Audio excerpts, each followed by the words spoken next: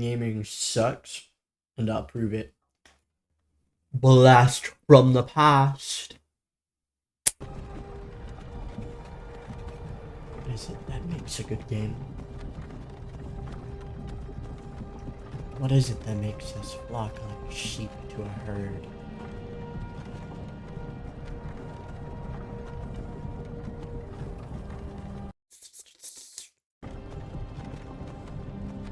Hey, you. You're finally awake. You were trying to cross the border, right? Walked right into that Imperial ambush. What is it that truly marks a game in history as being a truly legendary and remarkable game?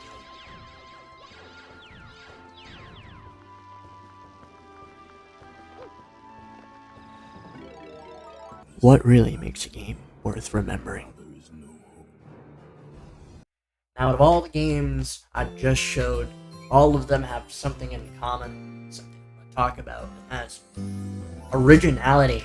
Okay, I'm gonna put a few games up later on in this video. Some of them original, some of them not. Okay, 2 of them unoriginal, 1 of them original. But this is another part of the reason that games are falling apart nowadays. It just seems to be sequel after sequel after sequel after sequel after sequel. Where are our new games? Where are our new ideas? You know? That's why you fall in love with a concept to begin with, because it's new to you. I mean, yeah, it's cool to come back to something you like, but eventually you're gonna get tired of it. And a new person's gonna take your place. How many times is that gonna happen before a concept dies? I don't know. Next part of the video. Before we get on to the next part of this video, I'm gonna put something up on the screen. You know what that is? That's a fucking disc, alright? I'm getting up out of my chair, okay? I'm wearing a shirt. I don't normally wear a shirt when I make videos, okay? This is how you know I'm serious about this. But that is a fucking disc. When you put a disc into a console, what do you expect? You expect to be able to play your video game, am I right? You expect to own the video game that you're buying.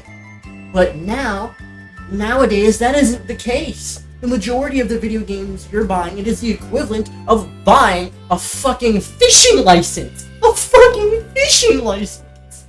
Think about that. You're paying for a pass to play the game you want to play. A pass that can be revoked at any time.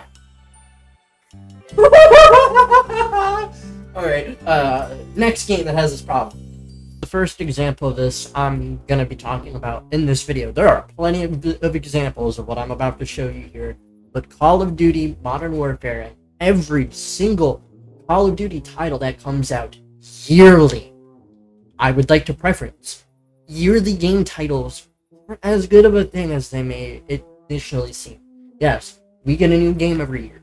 Woo, yippee, a new thing to spend $70 that the majority of the people who are buying these games don't have. I'm just going to be honest with you. Even I struggle to bring up the money to pay for some of the games that I play. I struggle from time to time. Some of you sitting behind the screen struggle from time to time. I'm stuttering because this is such a bad problem. And not only that, these bundles are pushed onto you. Battle Pass is pushed onto you as a thing you need to buy in these games in order to get an advantage, new weapons, this or that. The cool looking blueprints. Woo! It's not a good thing to normalize these types of things. And this isn't even the main problem. This is just part of the problem. Pay to win stuff is part of the problem in these types of games. But the real problem comes right now with the next game. It applies to this one too. Whilst I love it with a passion, this game does not escape the biggest problem games are facing today. And you know what? I'm going to remove my face cam and I'm just going to let you watch exactly what this problem is.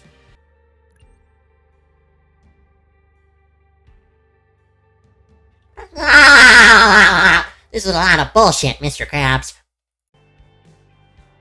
You have to log in to an account on a completely different platform to even get into the game. Not just that, but you also need to have an internet connection. Which, yes, I get it. Moot point. You installed the game. Yada yada. But I feel like we're in a day and age where games shouldn't have the automatic requirement to be connected to the internet connection. What if we're abroad or something and we want to play the campaign or we want to play multiplayer by ourselves, you know? There are plenty of games you can't do that in anymore. You look back 10 years ago to a game like New Super Mario Bros. Wii. You look into any game on the Xbox 360. You don't have to go online to play any of those games.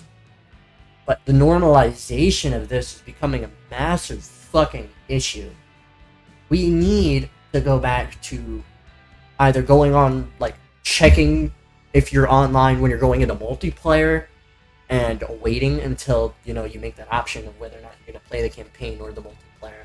I don't know how they do that, but that would certainly be a better option than forcing people to constantly have an internet connection when you may not have it. You know, you have to look at every slice of life here. Gaming is the majority children. Let's take a look at that, too. You're releasing a game that's dog shit every single year. I'm sorry, but Call of Duty releases yearly. It is a yearly title. Do you think they're putting that much thought and effort into these games when they release yearly? Maybe Black Ops 3. That's not out yet. I'm not going to talk about that because I don't know anything about that. Last games have been very good. Ugh, I am fucking flabbergasted. I am minced for words. Let me just cut to the last game, and the game that made me want to make this video in the fucking first place, okay? This is the problem, right fucking here. Despite not even being a game that was released nowadays, it was released a long time ago. Sea of Thieves is an old game, I'll give it that. But holy shit, is it a problem! Alright. You start game. Yeah, I get it. You have to connect to the internet for this one. That's all but necessary for the main function of the fucking game. But the big issue is you have to pay for this game. Alright, normally that wouldn't be an issue, right? But when you get banned, okay, you're banned from the game.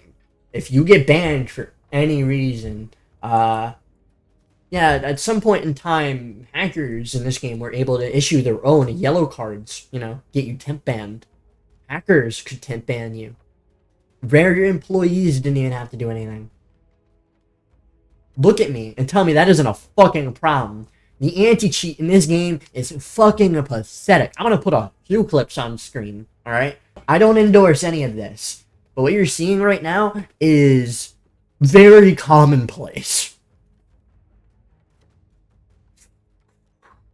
Alright, now, back to the subject of being banned and not even be able to play the fucking game.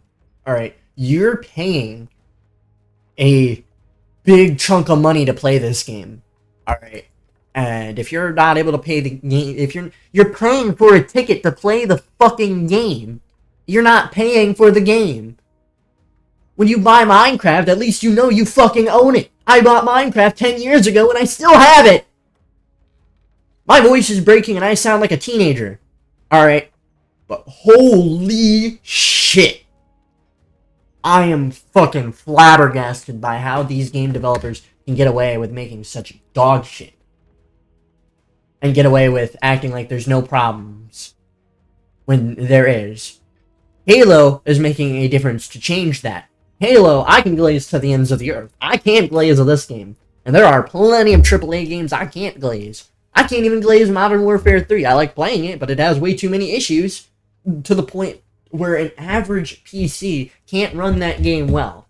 I have what I would call an average PC. If anybody is curious as to what my specs are, I'll comment them down below. Timestamp this part in the video. I don't think people give enough of a fuck about that, so I'm not even going to mention it. But that'll be it. Modern games are dog shit. Old games are better. So yeah.